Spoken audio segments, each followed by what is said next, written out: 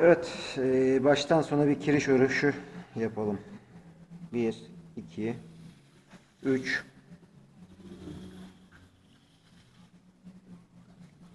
4,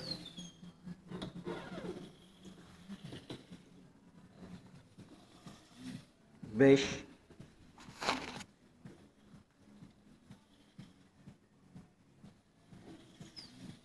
6,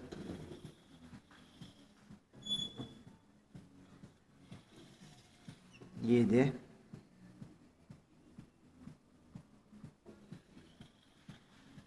bu da diğerinin 7, 7, 14 kat olmuş oldu. Bir kat daha atalım. 8. Evet, 8, 8, 16.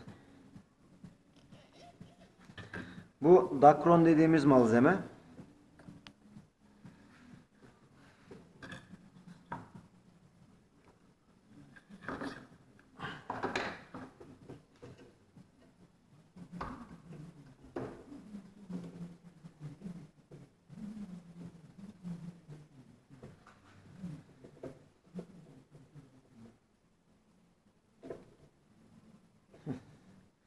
İki başı güzel bağlıyoruz. Bu bağladığımız noktayı ortaya getireceğiz.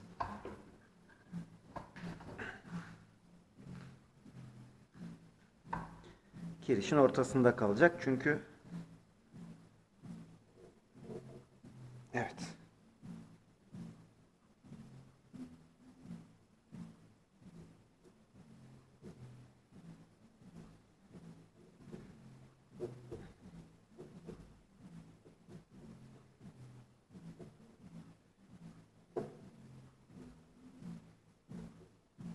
Yay 60 librelik bir yay. Laminasyon şuradakisi. Normalde 7'şer kat yapıyordum ama biraz bu kez şu 7 kat çok ince kaldı. Bayağıdır uzun zamandır kullanıyorum. Koptu bugün. Bu kez 8 kat yapacağım. Bal mumuyla güzel yağlıyoruz.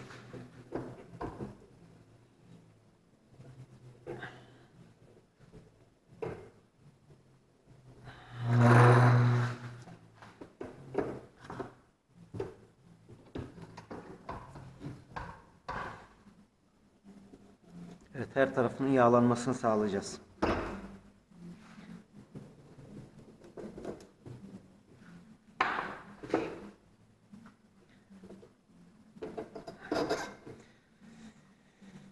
Tekrar ortaya getirdik yerini. Evet, çok güzel.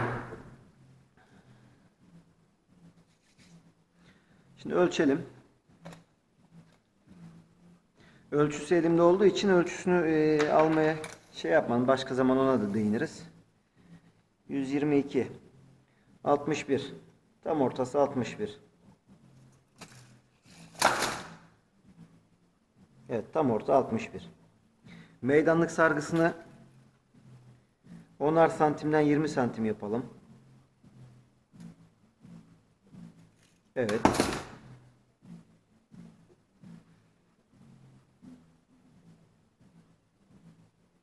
Evet.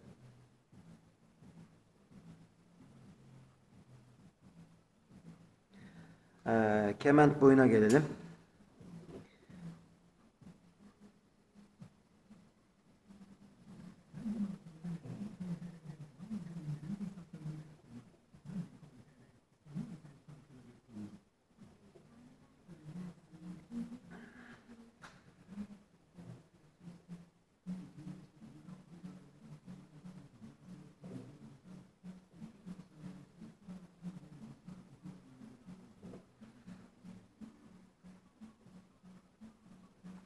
Evet, şimdi önce kement sargısını saracağız.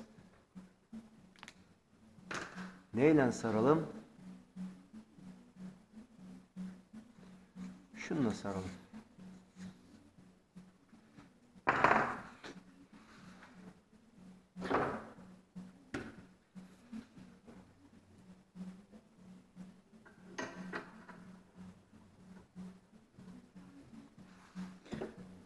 Bunun için evet.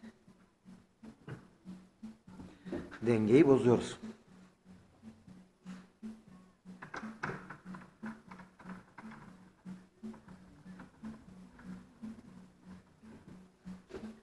Çünkü şimdi şöyle açtırıp sargımıza geçeceğiz. Evet.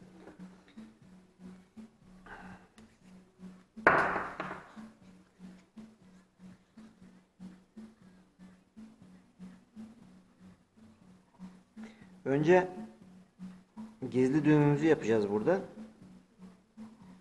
Bu düğümün içeride kalmasını sağlayacak ve kilitleyecek.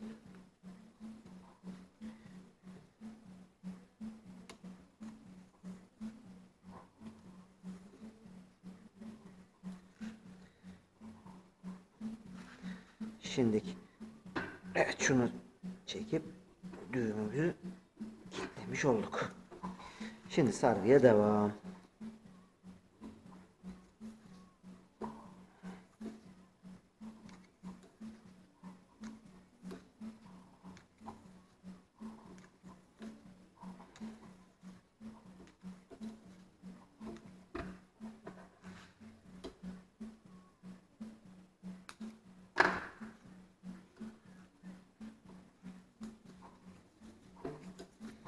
Sıkıca saracağız burayı.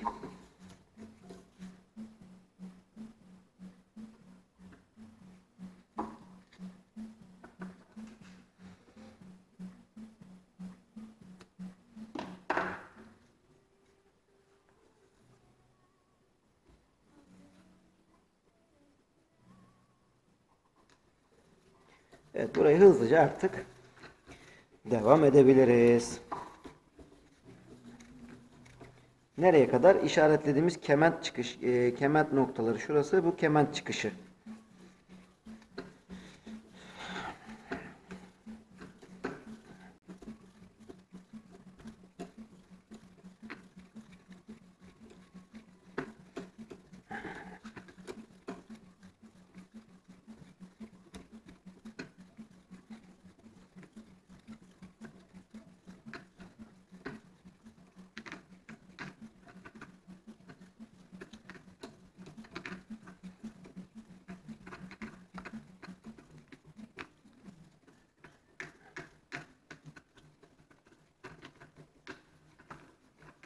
Tabii ben uzun yıllardır yapa yapa artık elim alıştı. Bu kadar hızlı normalde olmuyor. Elim alıştığı için ben bu işte serileştim biraz.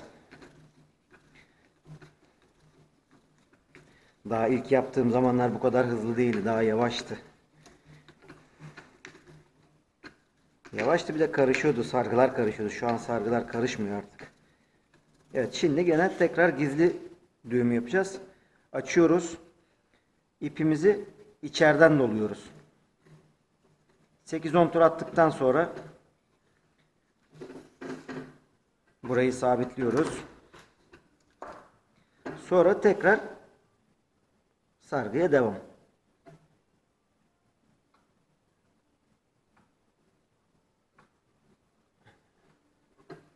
Sıkı bir şekilde, bu kısım yine sıkı olması gerekli.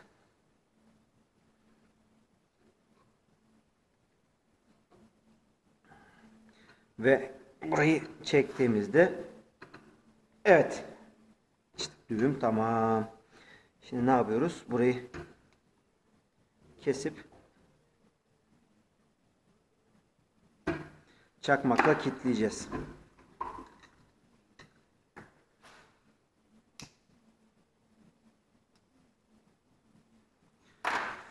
Evet, şimdi diğer tarafı yapacağız aynı şekilde. Bakalım. Şurası ve şurası, evet. Aynen devam edeceğiz.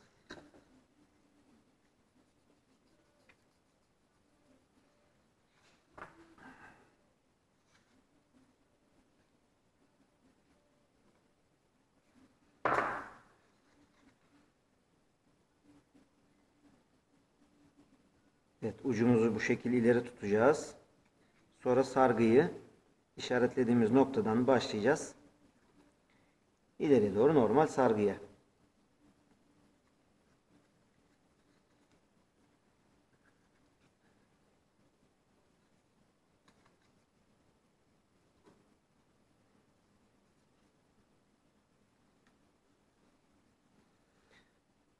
Şimdi birkaç tur sardıktan sonra sıkıca saracağız tabii. Birkaç tur sardıktan sonra şu kilit ucunu çekeceğiz. Bunu şöyle pense yardımıyla çekersek evet ve kilitledik. Çok daha sağlam oldu. Evet şu an sargımıza devam edeceğiz.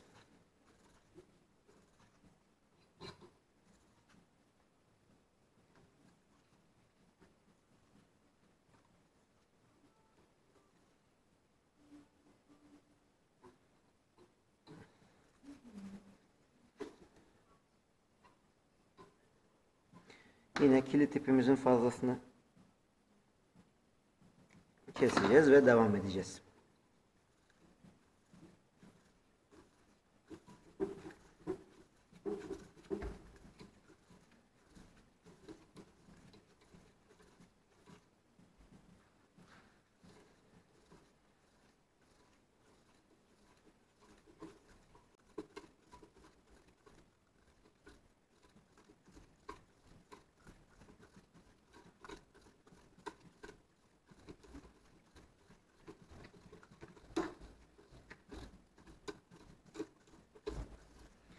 Tezgahımın üstü bu ara çok karışık. Biraz işlerim karışık. Çok fazla işlerim var bu aralar.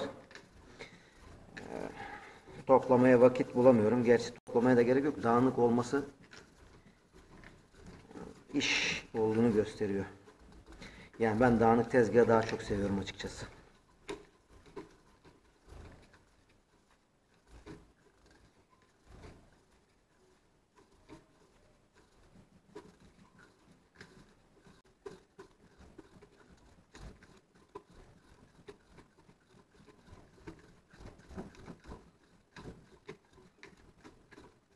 Şimdi gene bir 8-10 tur saracağız. Baş kapamayı yapacağız. 3, 4, 5, 6, 7, 8, 9, 10 tur yeter. Evet. Gene bunu buraya koyduk. Ve sargıya devam. Evet.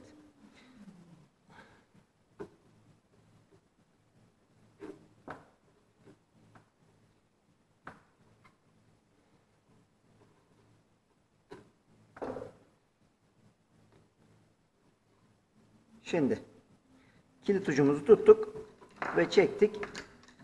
Evet. Şu an kilitlendi. Gene kesip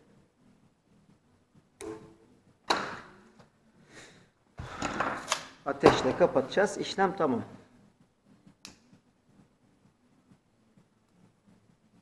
Kement bölümlerimiz oluştu. Evet. Şimdiki.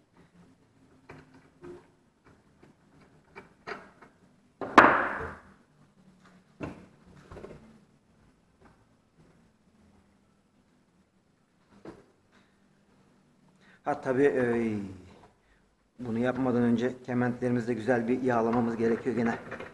Bal mumuyla. Ne kadar bal mumu o kadar iyi. O kadar iyi kiriş. Evet. Eriyene kadar süreceğiz. Zaten eriyor çabuk. Kısa sürede eriyor. Isıyla. Hemen bakalım. Hemen başını ayarlayalım.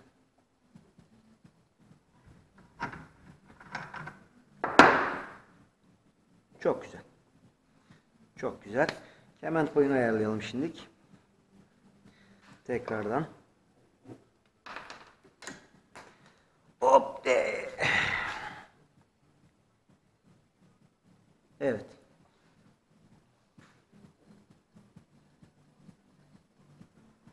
Tamam. Kement boyumuz bu.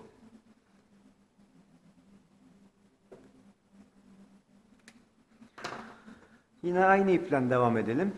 Ya da başka ip mi kullansak? Meydanlığı misine yapmak istiyorum yine.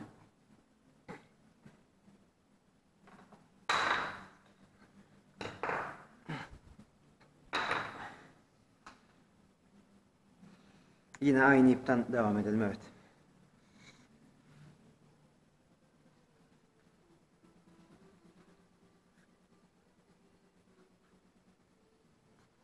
Bu sefer belirlediğimiz kement noktasından kilidimizi yaparak devam edeceğiz. İkisinin ortasından tutturup evet.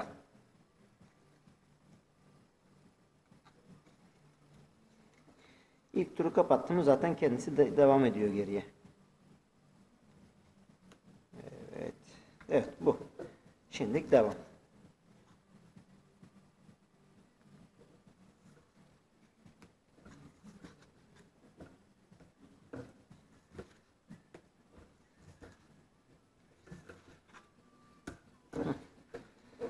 Evet, şimdilik bakalım. Güzel.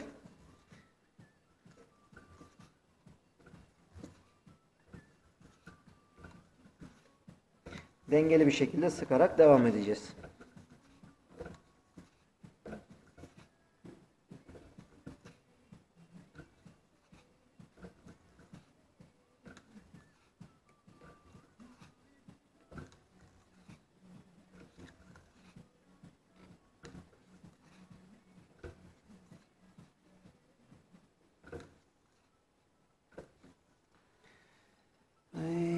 Evet, şu anda bakamam. İşim var.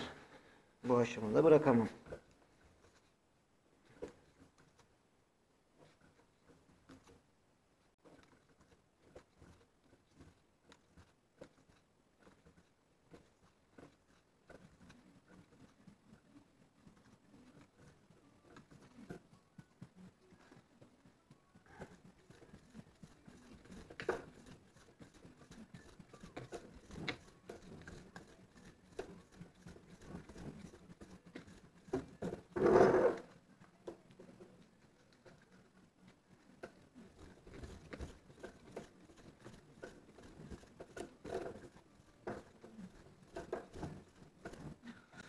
Hemen bakalım kaç santim oldu. Evet, tamam 10 santim. Yine kapatmamızı yapalım. 1, 2, 3, 4, 5, 6, 7, 8, 9, 10. 10 tur yeterli oluyor. Evet, yine sıkıca tekrar yapıyoruz.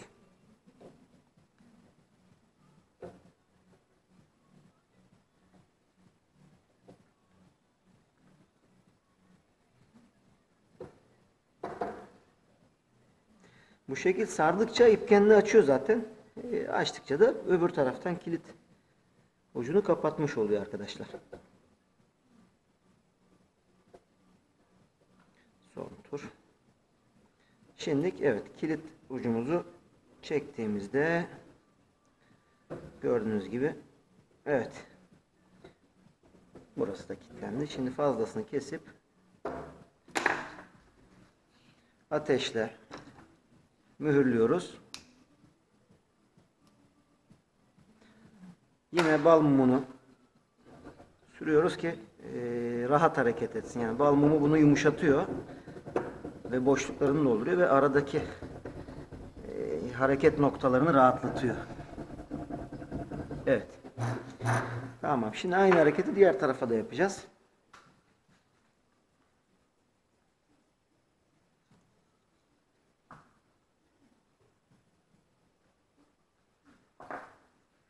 Yine aynı ipimizin ucunu araya koyuyoruz.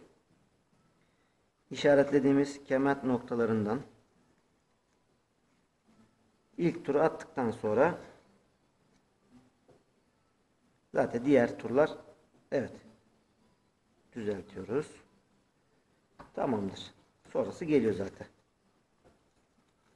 Bir iki tur geçtikten sonra kilit ucumuzu sıktırırsak daha güzel olmuş olacak. Evet. Şimdilik devam. 10 santim yürüyeceğiz şimdi bu şekilde.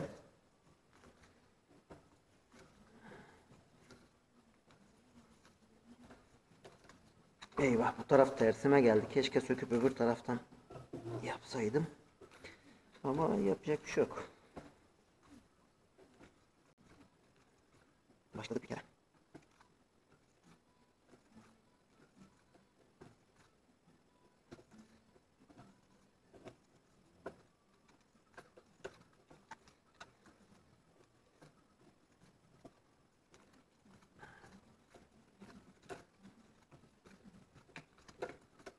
Evet, bu şekil tersime geldi biraz. Beni zorladı.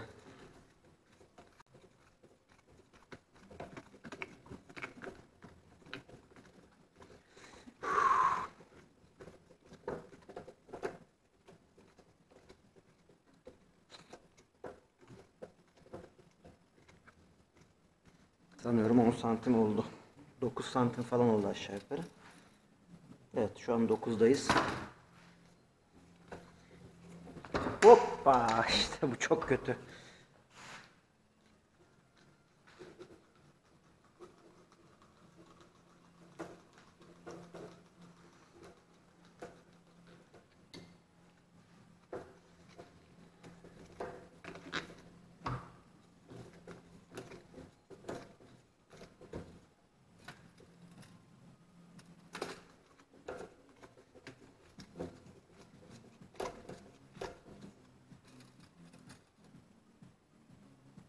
Evet, 10 santim. Şimdi kilit hareketini yapıyoruz. Açtık. İçeriden başlıyoruz çevirmeye. 3, 4, 5, 6, 7, 8, 9, 10. Ve başlıyoruz tekrardan üstüne sarmaya. İlk yapanlar için belki zor olur bu kilit ama daha sonra vücut ya da el alıştıkça artık refleks haline geliyor.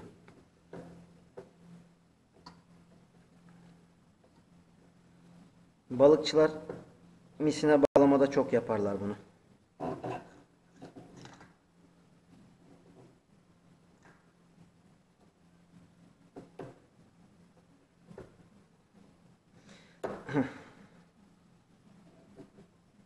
Evet, kilidi yaptık. Tamam. Şimdi yine ateşle mühürümüzü yapalım.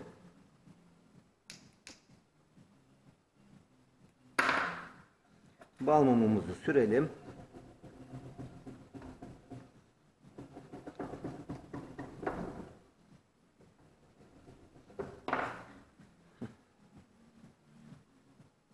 Şimdi bakalım.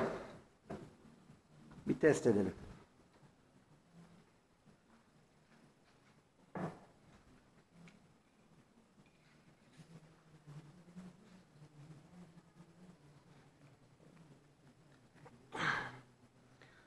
Evet, çok güzel. Çok iyi. Orta noktalarda güzel, tamamdır. Şimdi meydanlığını saracağız.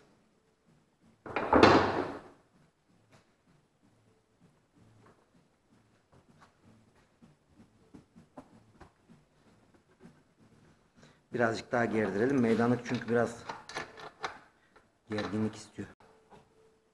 Bugün kemik zikir yaptım video.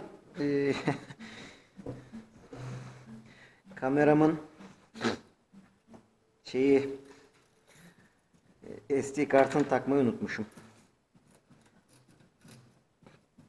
Yarın tekrar bir daha yapacağım bu işlemi. Şimdi bir daha ölçelim. Evet, 122 61. Evet. ...10 santim sağa. Evet, 10 santim sola. Şimdi şöyle bir şey yapalım.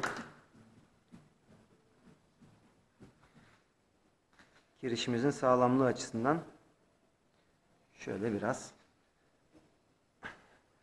Evet. Şimdi şu düğüm topuzunu ortaya içeri alalım ki sargıyı yaparken bizi rahatsız etmesin. Yani kuş gözü çıkartmasın, rahatsız etmesin derken oradan kuş gözü çıkartıyor, sıkıntı yapıyor sonra. Evet, şu an ortada. Yani iç kısmı aldık onu. Tamam. Şimdi burayı misneyle saralım.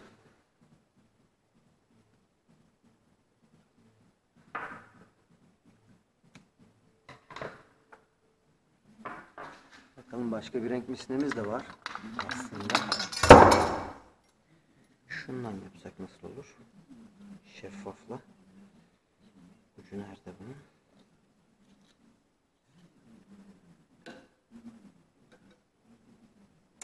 Sarıyla yapalım.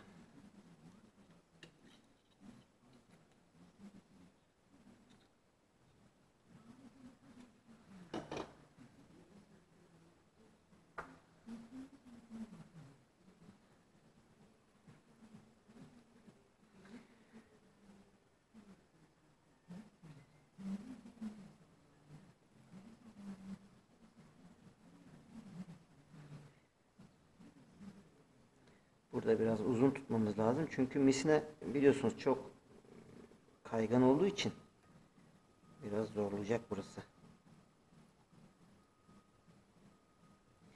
Dediğim gibi ilk başlangıç geçtiği zaman gerisi yürüyor. Şimdi sıktıralım. Güzel.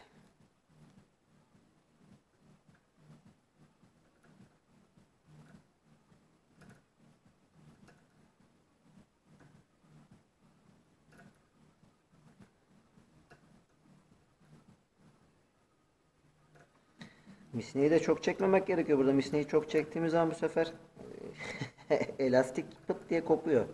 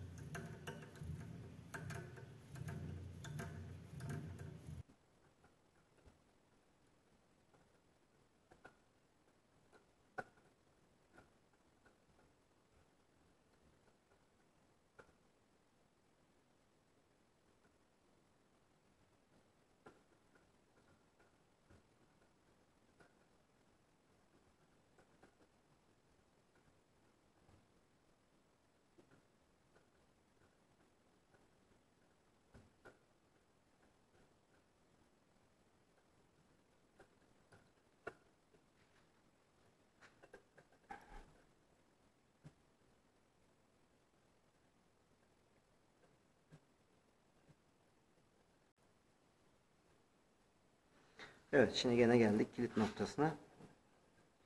Burayı misine olduğu için biraz daha fazla yapmamızda fayda var.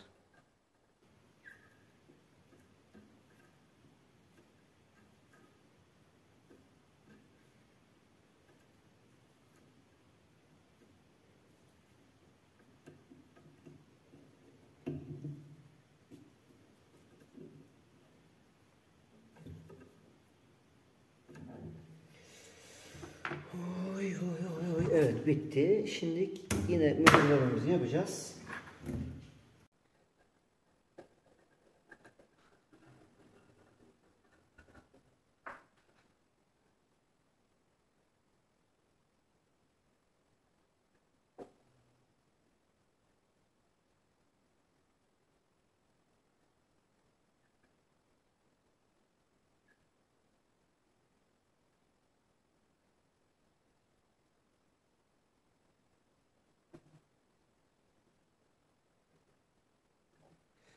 Oy, oy, oy, oy. Evet, bitti. Şimdi yine mühürlememizi yapacağız.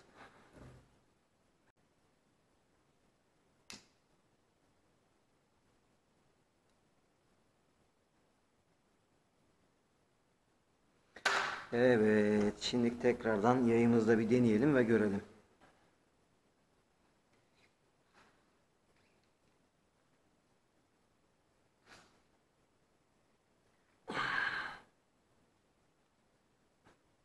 Evet, düğül noktalarımızı belirleyelim.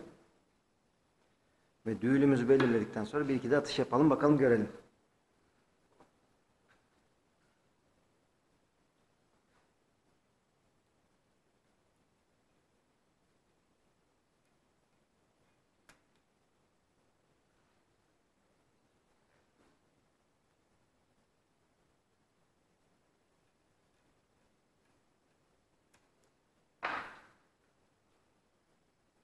Şu an güzel gözüküyor.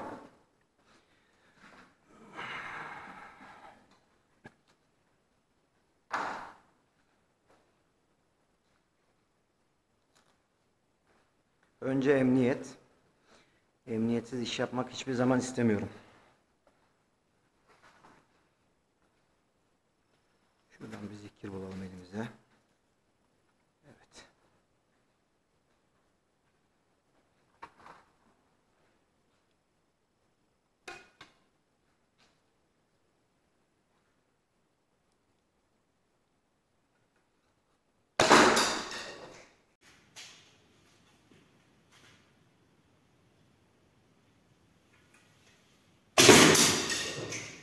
Çok güzel. Sarım sayısını değiştirdiğim için çok süratli ve sert attı.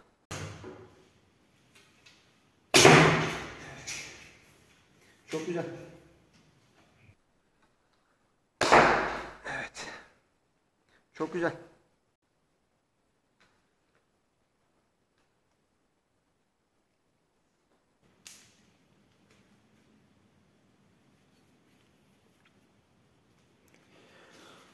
Evet, izlediğiniz için teşekkür ediyorum. Bir sonraki videoda görüşmek üzere. Bir sonraki videoda konumuz ne olsun? Arkadaşlarımız lamine yay yapımını nasıl olduğunu sormuşlar. Bir sonraki videoda ona değineceğim. Çünkü kalıplarını falan hazırlıyorum. Onunla ilgili bir video yapmayı düşünüyorum. Hoşça kalın.